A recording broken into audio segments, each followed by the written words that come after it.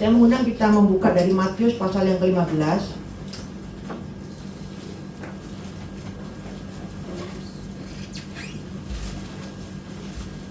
Matius pasal yang ke-15.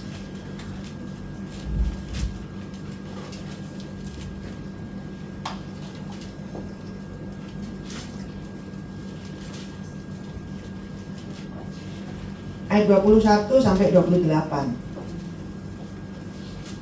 Matius 15 ayat 21 sampai 28. Saya akan bacakan.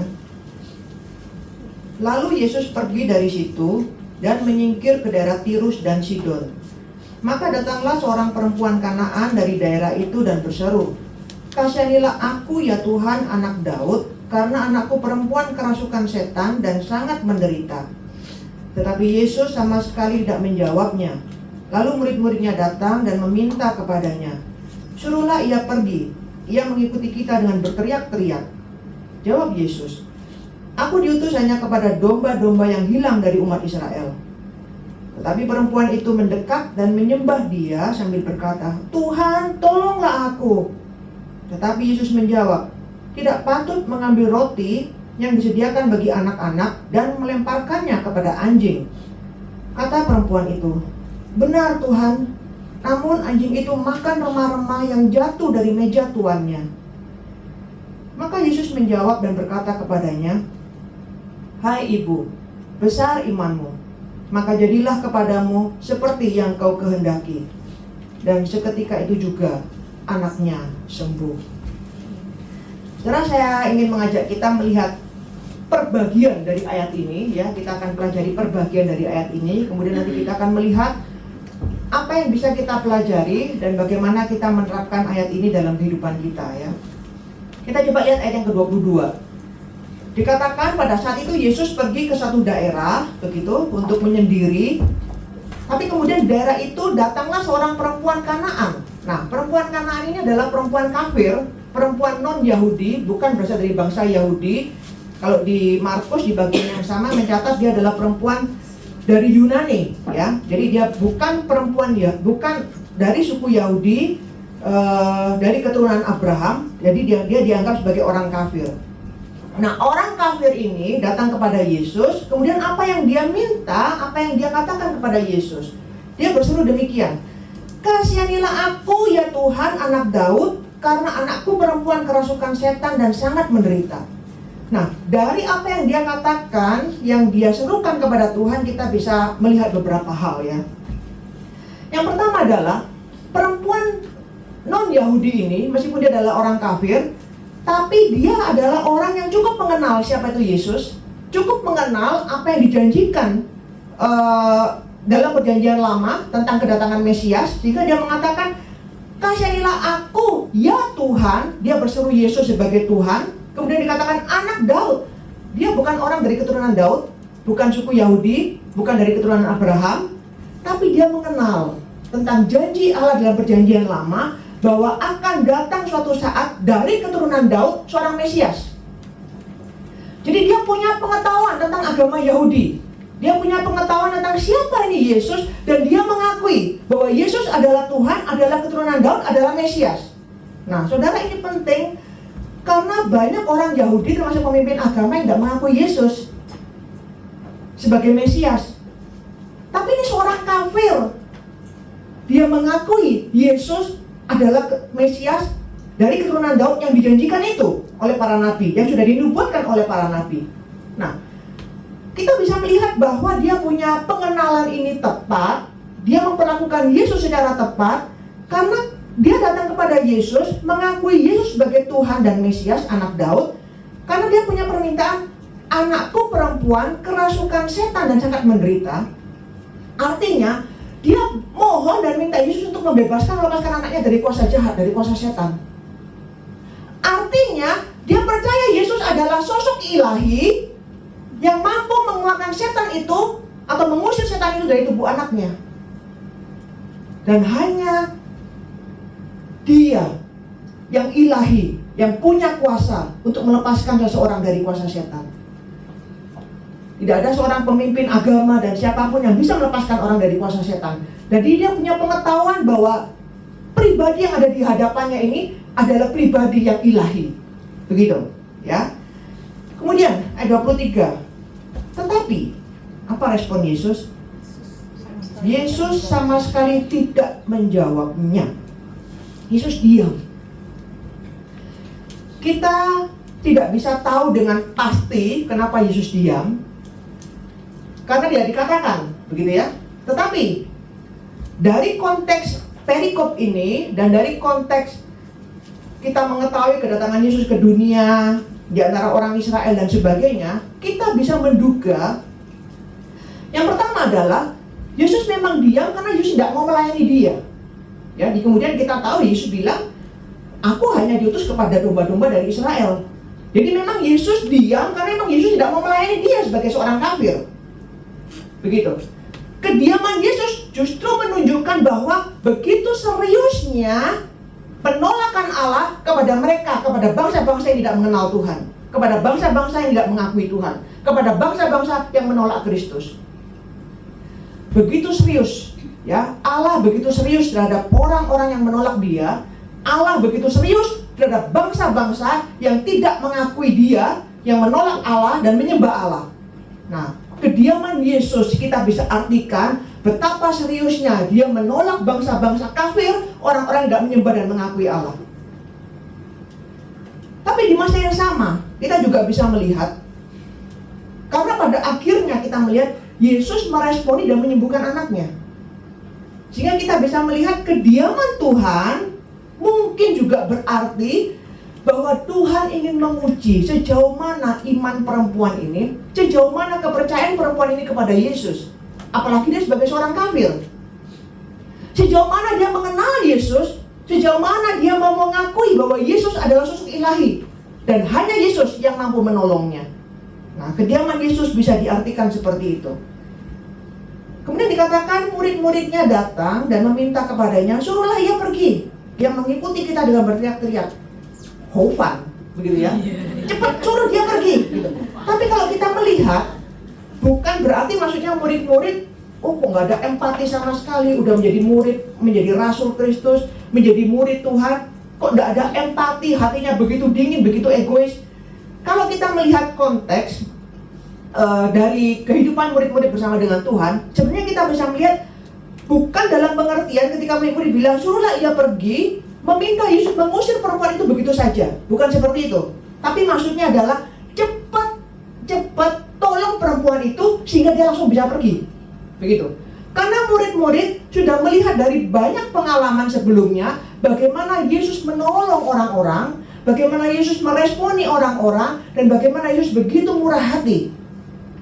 Nah, jadi para murid dari kata-kata ini mereka hanya menyarankan cepat tolonglah, supaya dia nggak bising sepanjang jalan teriak-teriak dan sebagainya. Sehingga ketika sudah ditolong dia bisa cepatan pergi. Begitu maksudnya ya. Nah, tapi ini kemudian ayat 24 ini yang penting. Yesus menjawab apa? Aku diutus hanya kepada domba-domba yang hilang dari umat Israel. Nah, ini ayat yang banyak sekali dipakai oleh orang-orang yang tidak mau menerima Yesus. Mengambil ayat ini dan mengatakan, Yesus pun bilang dengan jelas di Alkitab bahwa dia hanya datang kepada umat Israel, kepada orang Israel. Bukan datang kepada kita orang Indonesia. Ada nabi lain yang diutus untuk seluruh dunia, tetapi Yesus adalah nabi yang diutus hanya kepada orang Israel. Nah, ini dipakai ayat-ayat ini oleh orang-orang yang menolak Yesus sebagai Tuhan tentunya, dan mengklaim ayat ini bahwa Yesus pun mengatakan demikian, begitu ya. Nah, jadi kita perlu belajar. Kita melihat memang Yesus mengatakan, aku datang hanya kepada domba-domba yang hilang dari umat Israel, atau dia diutus hanya kepada orang Israel untuk melayani orang Israel. Nah, memang ayat ini betul bahwa Yesus diutus hanya untuk melayani orang Israel. Makanya selama kita melihat pelayanan Yesus selama dia ada di bumi, dia tidak banyak pergi ke daerah di luar Israel dan bahkan bersentuhan dengan orang-orang non-Yahudi. Ya, kita hanya melihat sedikit. Salah satunya ada perempuan Kanaan ini, kemudian hamba Romawi, perwira Romawi yang minta tolong karena hambanya sakit, itu juga Tuhan tolong, Tuhan sembuhkan, begitu ya. Jadi Yesus hanya bersentuhan sedikit sekali dengan orang-orang non-Yahudi.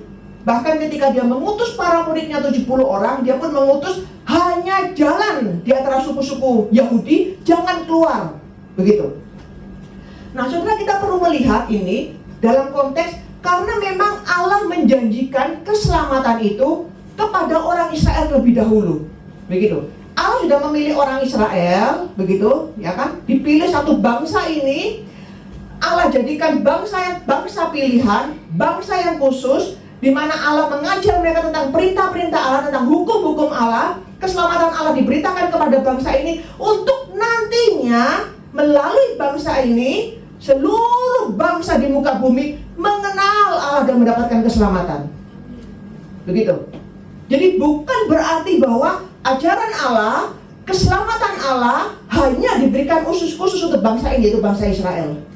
Tapi Allah memang memanggil satu bangsa yang khusus untuk dibentuk, untuk dipilih oleh Allah untuk menjadi umatnya, dan melalui satu bangsa ini Allah mengutus untuk menjadi keselamatan bagi seluruhnya.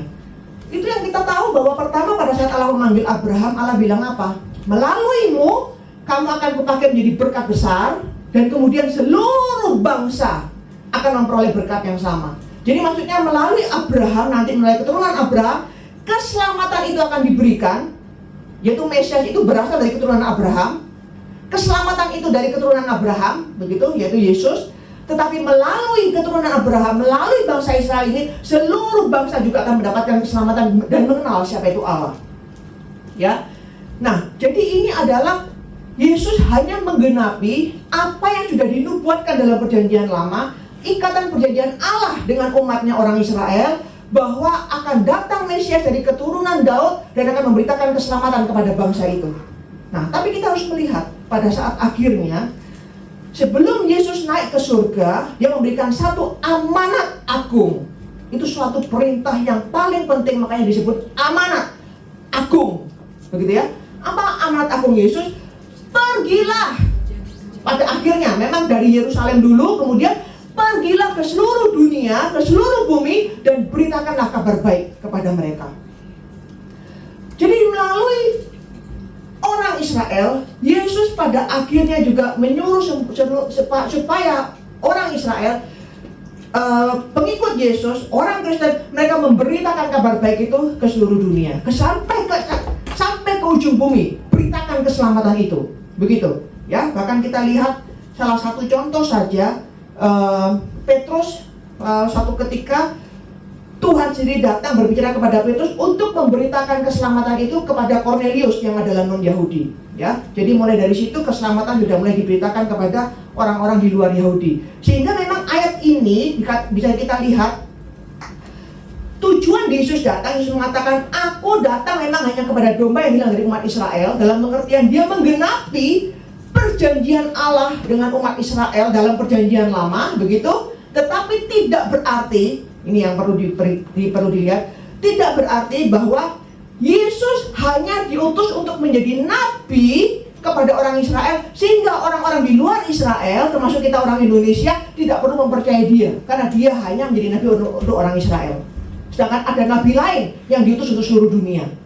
Bukan seperti itu pemahamannya, ya. Jadi ini kita harus tahu.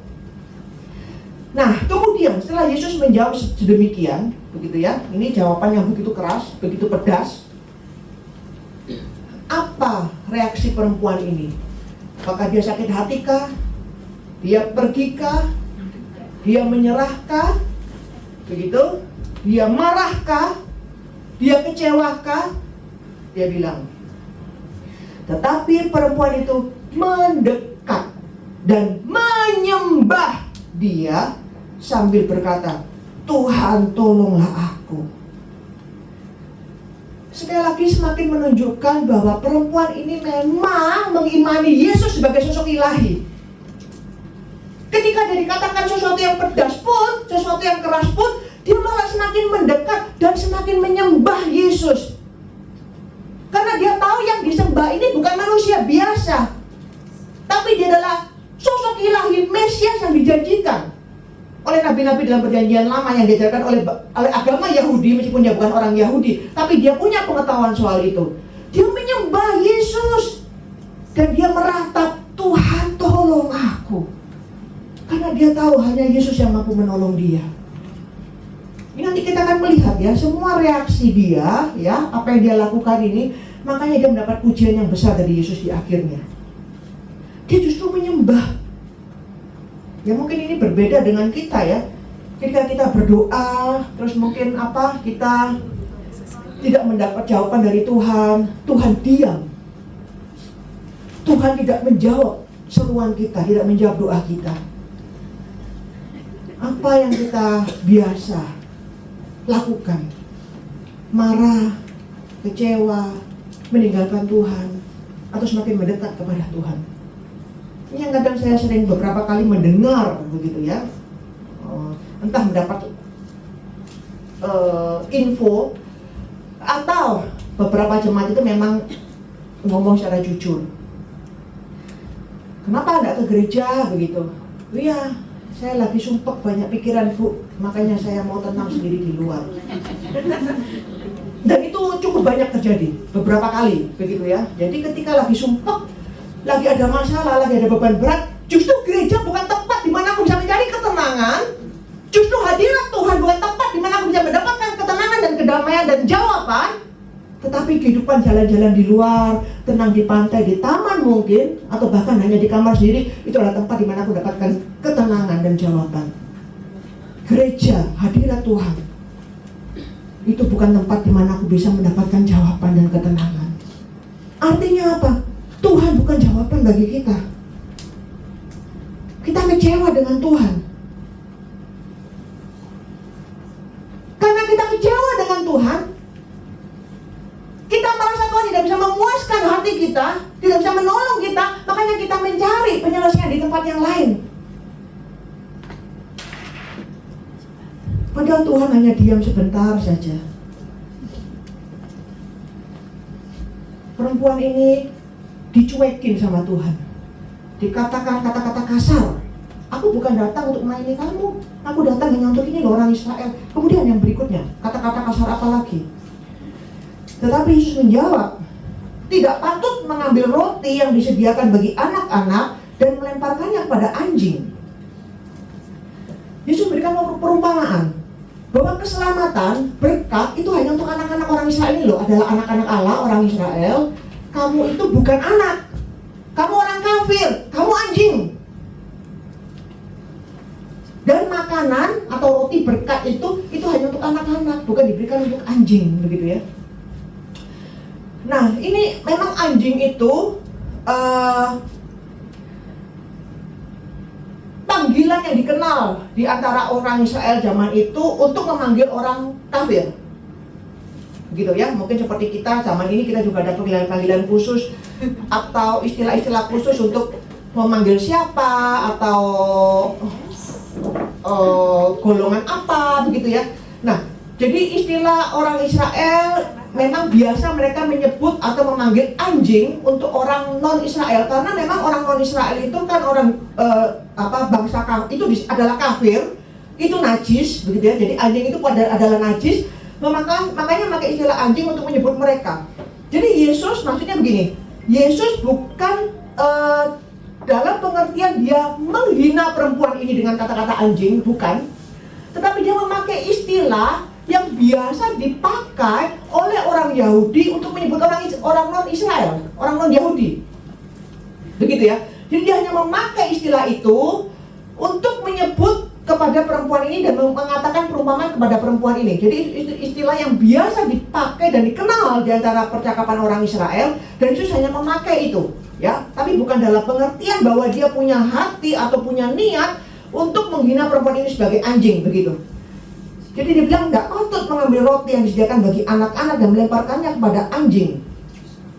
Tapi perempuan ini menjawab begini, benar Tuhan, namun anjing itu makan remah-remah yang jatuh dari meja tuannya.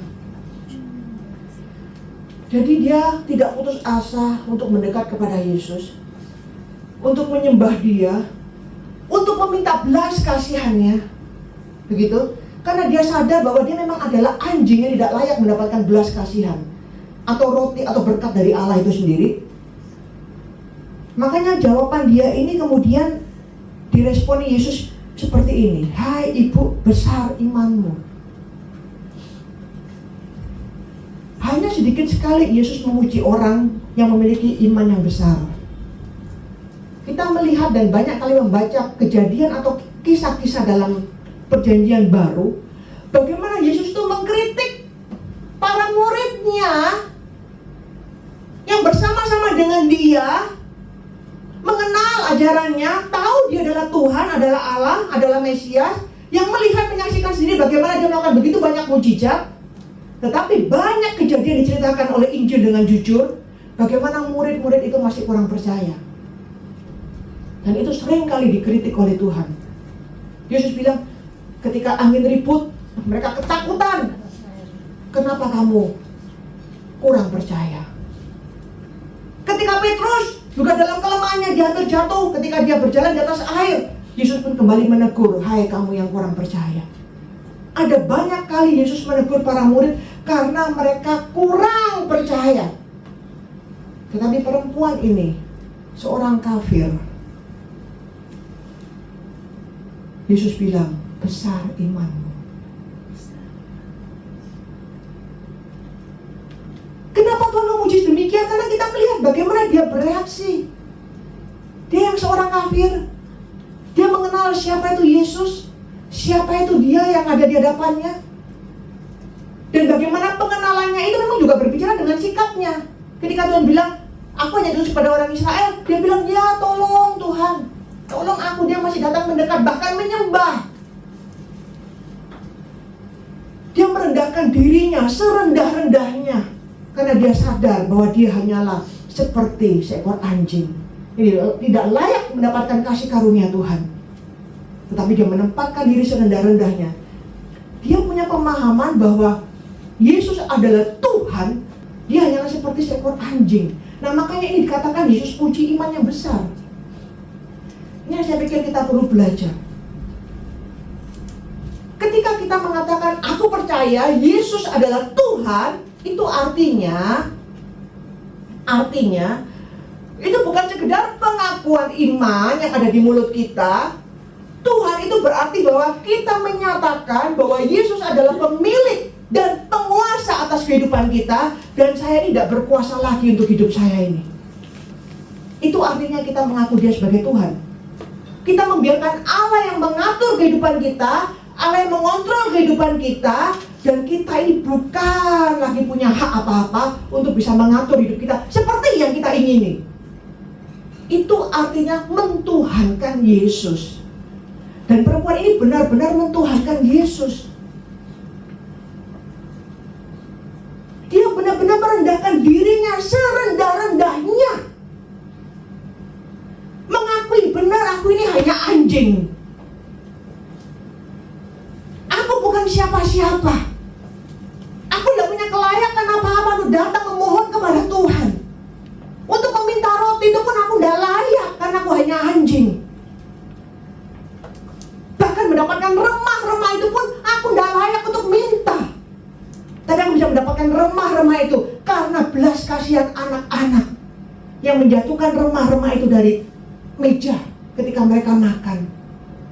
Jadi untuk mendapatkan remah-remah pun dia sadar, itu pun bukan karena dia layak, tapi hanya karena kemurahan, karena anugerah Tuhan. Makanya Tuhan bilang, ini iman yang besar. Berapa banyak ketika kita datang kepada Tuhan, kita berdoa, kita merasa kita orang yang layak.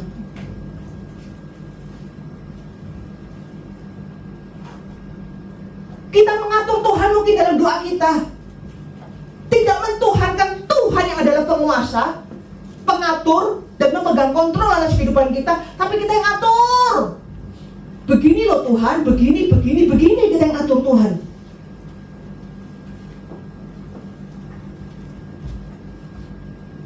Atau kita merasa layak datang kepada Tuhan dan layak meminta, layak mendapatkan pertolongan Tuhan. Tuhan, aku kan sudah pelayanan lama, ya aku layak ditolong. Tuhan, aku sudah pontang-panting setiap minggu, khususnya minggu pagi, pontang-panting, bangun jam 4, bangun jam 5. datang ke gereja pelayanan sepanjang hari di gereja. Aku layak mendapatkan pertolongan. Tuhan, aku sudah keluar uang sekian. Bahkan jatah untuk beli baju dan sebagainya tidak ada, semua kasih ke gereja untuk pelayanan. Aku layak dapat pertolongan Tuhan. Aku rela ditinggalkan suamiku, rela ditinggalkan keluargaku karena mengikut Yesus. Aku layak dapat pertolongan-Mu Tuhan. Berapa banyak tanpa kita sadari, kita datang dalam doa kita dengan kelayakan, merasa diri layak untuk datang meminta dan untuk mendapatkan pertolongan dan berkat Tuhan.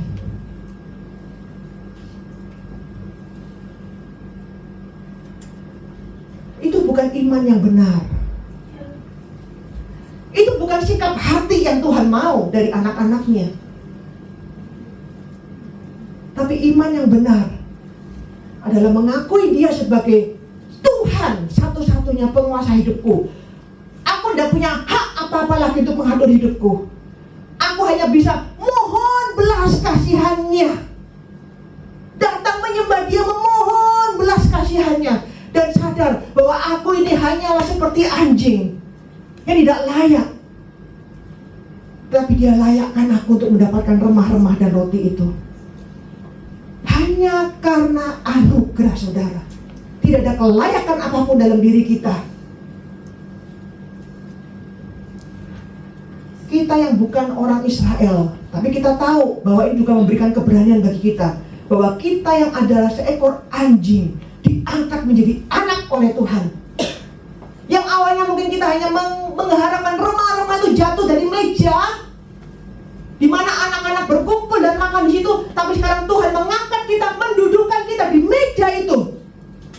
Sehingga tadi kita pun melakukan perjamuan kudus. Kita sehidangan dengan Tuhan, dengan Allah di meja perjamuan. Karena apa? Karena Allah sudah mengangkat kita menjadi anak. Kita adalah anak. Allah melayakkan kita menjadi anak. Makanya kita punya keberanian dan kita yakin pada saat saya berdoa, pada saat saya datang kepada Dia, saya tahu bahwa Dia mengerti. Dia sudah memberikan yang terbaik. Dia pun pasti akan menolong hidupku. Bahkan ketika Tuhan diam pun, Tuhan tidak pernah terlambat. Dalam kesunyian Tuhan tidak menjawab doa kita. Dalam kesunyian Tuhan tidak berespon kepada kita. Kita yakin karena kita mengenal siapa Dia, karakternya. Dia adalah Allah yang tidak pernah terlambat memberikan pertolongan, karena Dia adalah Allah yang mengontrol seluruh kehidupan ini, bahkan kehidupanku. Itu yang terjadi ketika Dia membangkitkan Lazarus dari kematian, bukan? Alkitab mencatat Yesus dengan sengaja menunda keberangkatannya untuk tidak ke kampung halaman Lazarus. Ketika datang orang memberitakan kepada Dia, Tuhan tolong datang, Lazarus sakit. Tapi Dia nggak datang. Akhirnya mati. Setelah mati, Dia pun masih sengaja menunda, tidak cepat-cepat ke sana. 4 hari kemudian, ketika benar-benar dinyatakan bahwa Dia sudah mati, tidak mungkin akan kembali lagi rohnya sudah meninggalkan, yang dipercaya oleh orang Yahudi. 4 hari kematian sudah menandakan bahwa orang ini benar-benar mati dan rohnya sudah pergi. Yesus baru datang ke sana. Dan apa yang dikatakan oleh saudara-saudaranya? Tuhan, dalam penyesalan mereka bilang, andaikan Engkau datang lebih awal. Andai kata Engkau sudah datang beberapa hari sebelumnya, Tuhan, kenapa kok baru hari ini muncul? Tapi justru setelah 4 hari itu, Tuhan melakukan mujizat yang besar, membangkitkan Lazarus dari kematian untuk menyatakan kemuliaan Allah. Dalam kediamannya, Allah tidak pernah terlambat. Meskipun kita mungkin merasa sudah hilang harapan, sudah tidak cukup waktu lagi, kita ada di jalan buntu, tetapi Allah tahu tidak pernah terlambat pertolongannya. Tapi bagaimana kita menolong diri kita sendiri untuk berespon kepada siapa Yesus yang kita kenal? Apakah kita menjauh dan mencari ketenangan dan jawaban di luar sana dan menjadikan Yesus hanya salah satu alternatif dari beberapa orang atau beberapa solusi yang mungkin kita bisa pikirkan? Yesus hanya salah satu saja. Yesus nggak bisa. Oh, masih ada solusi yang lain, ada alternatif yang lain. Atau kita tahu bahwa Dia adalah Allah, Tuhan, pencipta langit dan bumi, dan hanya kepada Dia satu-satunya aku berharap, tidak kepada yang lain. Dan pertolongan itu hanya datang darinya, membuat kita semakin datang menyembah Dia dan memohon belas kasihannya, karena kita tahu bahwa Dia adalah Allah yang mempedulikan kita. Mari kita belajar memiliki iman yang benar, menjadikan diri kita sebagai anak-anak Tuhan dengan iman yang benar, memiliki kerendahan hati, menjadikan Yesus sebagai satu-satunya Tuhan, pemilik, penguasa dalam kehidupan kita. Kita tahu bahwa kita hanya bisa memohon belas kasihannya. Dan sebagai anak-anak Tuhan, kita tahu Tuhan sudah memberikan belas kasihan yang besar, membawa kita menjadi anak-anaknya, dan kita dapat menikmati segala berkat, segala pertolongan, segala janjinya.